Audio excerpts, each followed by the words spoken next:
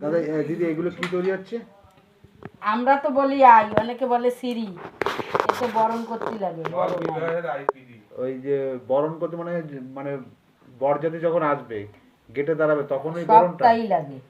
সব সময় লাগে। হ্যাঁ, এটা কুলোর সাথেই থাকে এই আইটা।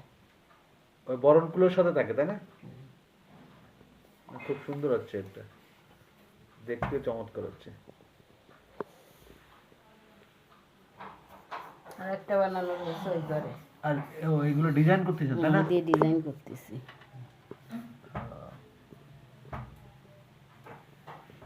এইটা এটা দেখেন, এটা হচ্ছে আটার এই যে চালের গুঁড়ি, আর এখানে যত আইটেম গুলো সব কিন্তু চালের গুঁড়ি দিয়ে এগুলো তৈরি করা। চালের গুঁড়ো আর কলা, চালের গুঁড়ো আর পাকা কলা দিয়ে তৈরি করা। পাকা কলা না, আপনি যে কোনো কলা পাকা কলা দিয়ে তৈরি করতে পারবেন। পাকা কলা দিয়েই করতে হয়।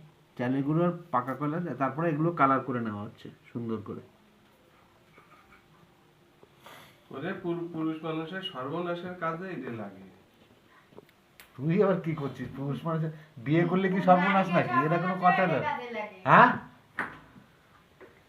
মাইয়ে লোককে সর্বনাশ হবে বলে এই কাজে লাগে। না বিয়ে তো করতেই হবে, তো বিয়ে করলে কি সর্বনাশ এমন কোনো কথা আছে?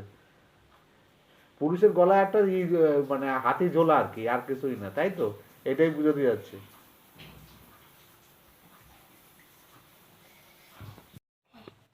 তুমি তৈরি করতেছো তাই দেখতেছি যে এইটুকু একটা বাচ্চা এত সুন্দর জিনিস তৈরি করতেছে। গোলাপ ফুল বানাইছে তাই তো?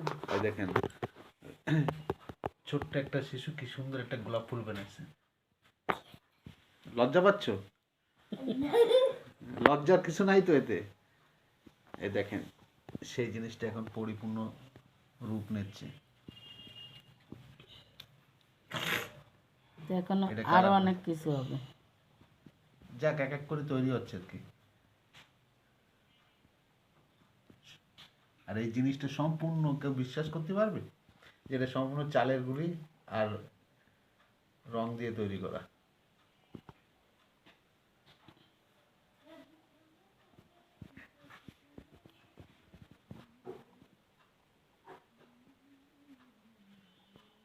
তুমি কি লজ্জা পাচ্ছ? হাসি লাগতেছে?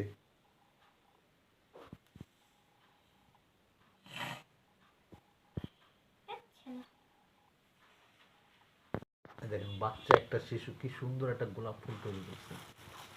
ওকে সবাই একটা ধন্যবাদ দেওয়া উচিত। পাতা হয়ে গেছে, পাতা ওই জায়গায় লাগায় না, ফুলের পাপড়িতে না, আমি লাগাবানি। পাতা খোলো।